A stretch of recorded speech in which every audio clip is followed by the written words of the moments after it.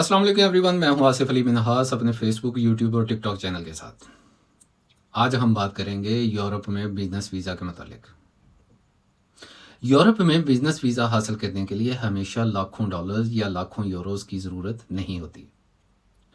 अगर आपके पास एक अच्छा बिजनेस आइडिया या आप एक छोटा कारोबार शुरू करना चाहते हैं तो जो 2026 में कई ऐसे यूरोपीय ममालिक हैं जो कम सरमायाकारी या लो इन्वेस्टमेंट पर रहाइश की सहूलत देते हैं, यानी कि रेजिडेंस परमिट देते हैं।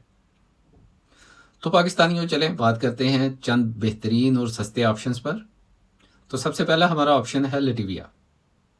अगर हम लटिविया की बात करें तो ये यूरोप में सबसे सस्ता बिजनेस वीज़ा या बिजनेस प्लान है।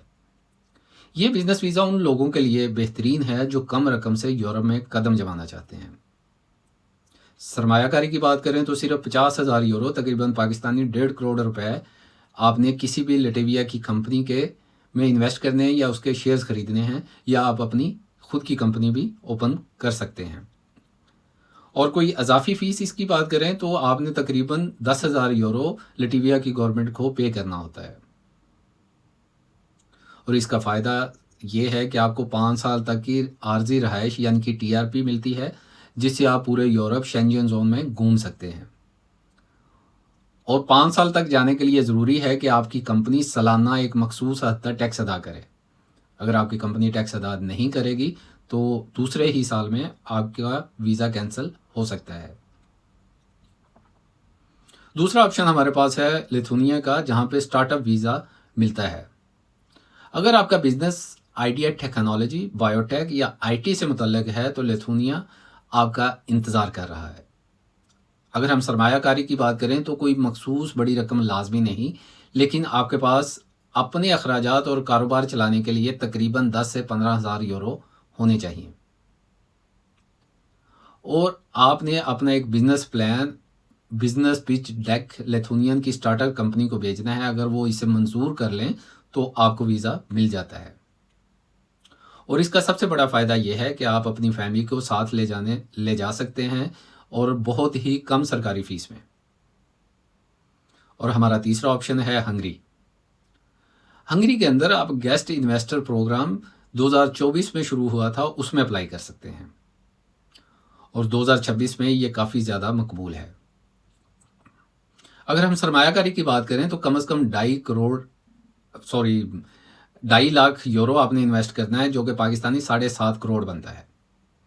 और आपने इसको रियल एस्टेट फंड में या फिर रियल एस्टेट में इन्वेस्ट करना है। और याद रखें, ये रकम दीगर ममालिक के मुकाबले में बहुत कम है। और इसका फ़ायदा यह है कि ये आपको 10 साल की रहाइश देता है, जो आपकी पूरी फैमिली, बीवी और बच्चों के लिए होती है। और इसका प्रोसेस बहुत ज़्यादा फास्ट यानी कि तेज़ होता है, जो कि 2 से 3 महीने में मुकम्मल हो जाता है। और हमारे पास चौथा ऑप्शन जो है वो है स्पेन का, जहाँ पे आपके ले सकते हैं सेल्फ एम्प्लॉयड वीज़ा या फ्रीलांस वीज़ा। अगर आप फ्रीलांसर हैं या अपना छोटा काम शुरू करना चाहते हैं तो स्पेन का ऑटोनोमो वीज़ा एक अच्छा इंतखाब है। सरमायाकारी की बात करें तो कोई फिक्स सरमायाकारी नहीं रिक्वायर्ड इसके लिए, लेकिन आपके बैंक अकाउंट में तकरीबन 30,000 यूरो दिखाने होंगे, ताकि आप साबित कर सकें कि आप अपना कारोबार शुरू कर सकते हैं। और इसके लिए शर्त यह है कि एक मजबूत बिजनेस प्लान और मुतल्लिका फील्ड में तजर्बा होना चाहिए आपको। और दूसरा, आपको ये दिखाना होगा कि आप माहाना तकरीबन 250 यूरो कमा सकते हैं। अगर हम इन चारों मुल्कों का कंपैरिजन करें तो उसमें हम लटिविया को अगर देखते हैं तो इसमें सरमायाकारी आपको करनी है 50,000 यूरो। ये बिजनेस इन्वेस्टमेंट है, और 5 साल का आपको रेजिडेंस परमिट मिलता है, जो 5 साल के लिए होगा और हर साल आप उसको रिन्यू करवाना होगा। लिथुनिया में इन्वेस्टमेंट की कोई हद नहीं है, सिर्फ आपको फंड्स शो करने हैं, स्टार्टअप वीज़ा लेना है, और इसका ड्यूरेशन 2 साल होता है। हंगरी की बात करें तो वहाँ पे 2.5 लाख यूरो आपने इन्वेस्टमेंट करना है, इन्वेस्टर वीज़ा है, 10 साल के लिए होता है। और स्पेन की बात करें तो स्पेन में 30,000 दिखाने के लिए होना चाहिए, और 1 साल के लिए ये आपको मिलता है, और हर साल इसको रिन्यूअल करवाना पड़ता है।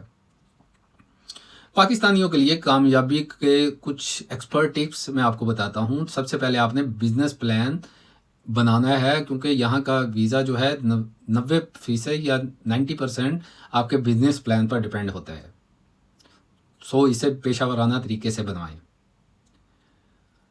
और दूसरा, पाकिस्तान में अपना टैक्स रिकॉर्ड एफपीआर में दुरुस्त रखें, क्योंकि ये आपके वीज़ा केस को मजबूत बनाता है।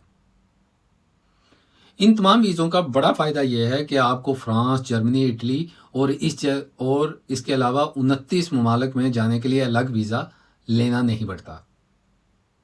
आखिर में, आपके ख्याल में कौन सा मुल्क आपके बजट के मुताबिक है? कमेंट में बताएं ताकि हम इस पर तफसीली बात कर सकें।